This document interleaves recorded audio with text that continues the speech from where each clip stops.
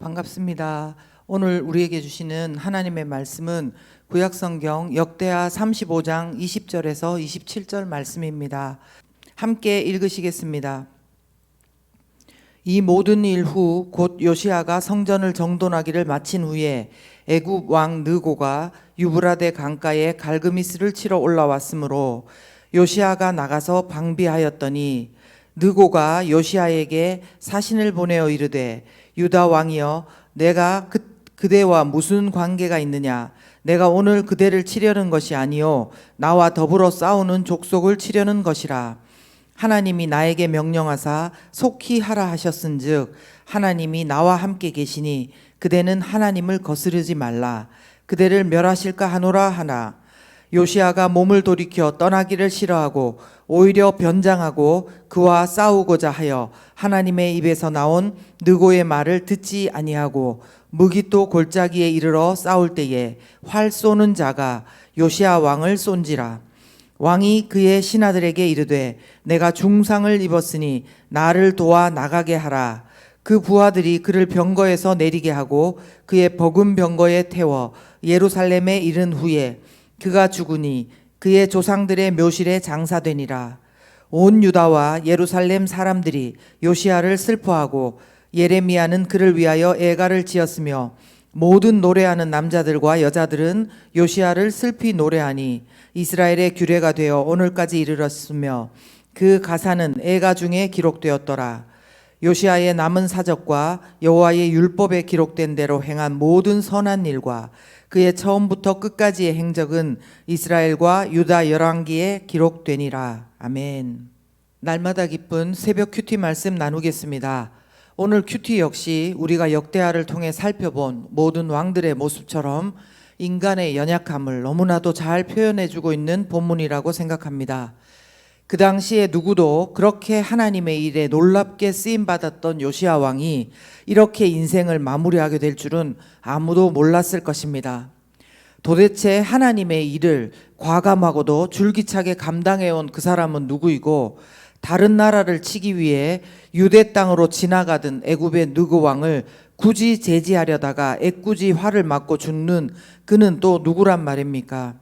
어떤 이들은 이를 두고 요시아 왕이 영적으로 끝까지 깨어있지 못해서 분별을 하지 못했기 때문에 이렇게 되었다라고 하기도 합니다.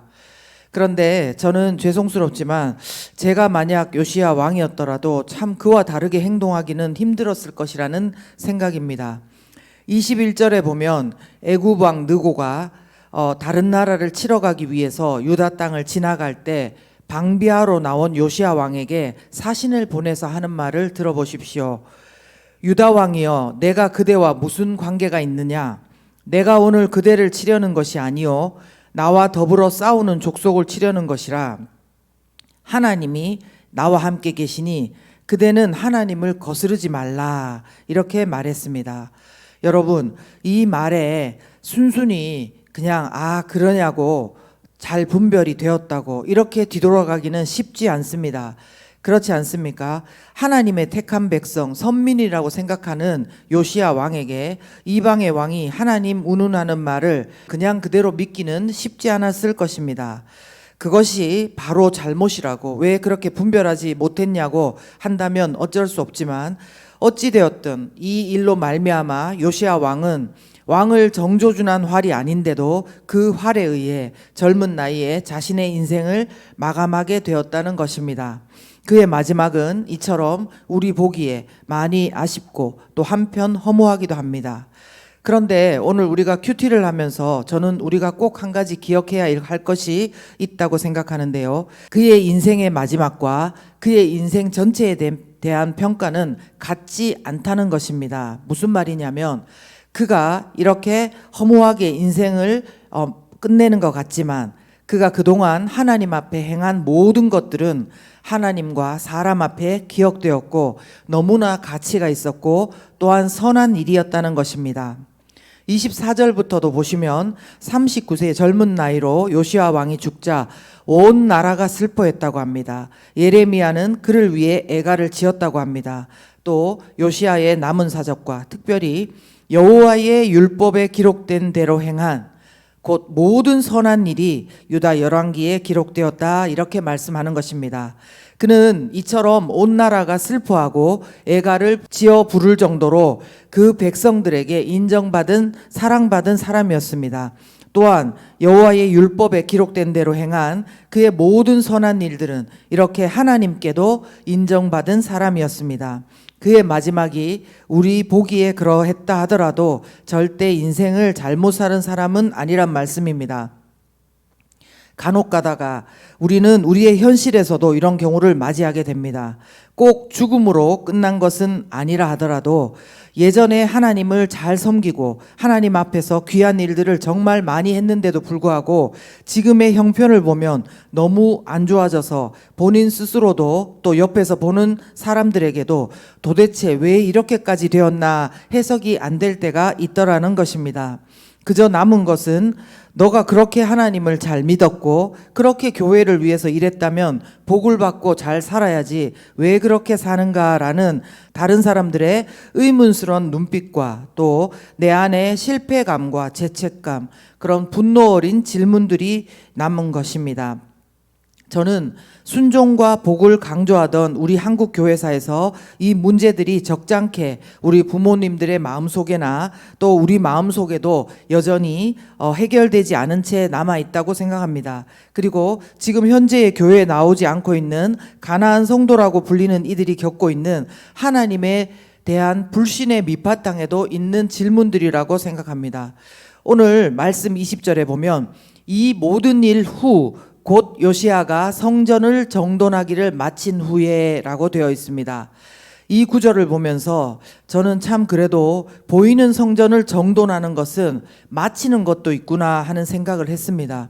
무슨 말이냐면 그들의 성전 정비는 그래도 눈에 보이는 것들을 정비하고 정돈하는 것이기 때문에 어디가 어떻게 무너져 있는지 잘못되어 있는지 눈으로 보면서 하면 되니까 그래도 쉬운 면이 있다고 봅니다.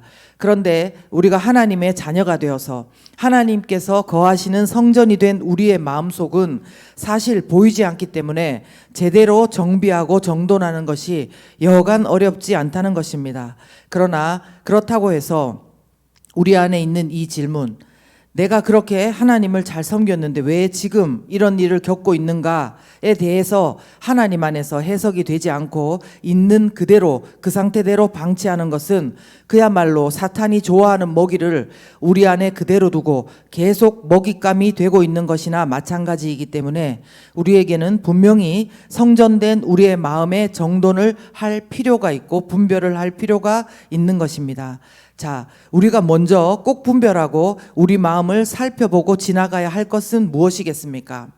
물론 쉽게 말할 수 없고 쉽게 그 결론을 내릴 수 없는 질문입니다. 하나님을 잘 믿고 순종하는데 지금 왜 이렇게 되었는가? 이 질문이 과연 바른 질문인가? 이거부터 생각해 보았으면 합니다. 이 질문은 그 자체가 아예 하나님 나라의 가치관과 성경적 가치관과는 거리가 먼 질문이라고 생각합니다. 하나님을 잘 믿는다고, 하나님께 순종을 잘한다고 무조건 다 잘 되어야 된다라는 생각의 바탕은 내가 준 만큼 돌려받겠다라는 셈법이고 전형적인 세상적인 가치관이라는 것입니다. 우리가 신앙생활하면서 가장 우리의 귀한 모델이고 본보기가 누구이겠습니까? 예수님이잖아요.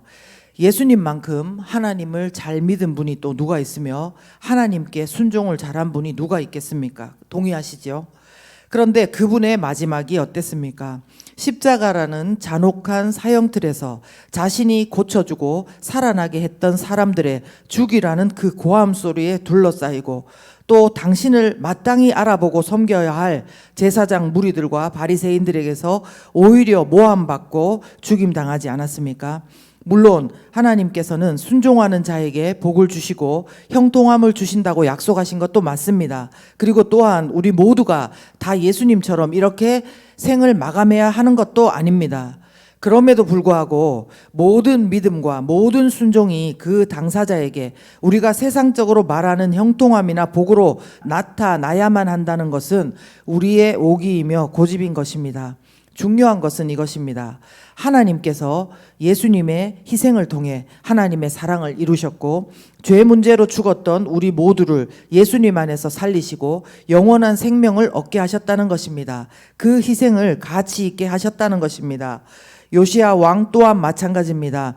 비록 므낫세의 죄악으로 인해 결국 남유다는 멸망합니다. 그렇지만 요시야 왕을 통해 이루어졌던 그 개혁의 정신은 남은 자들을 통해서 더욱더 깊숙이 끈끈하게 뻗어가게 하신 것입니다.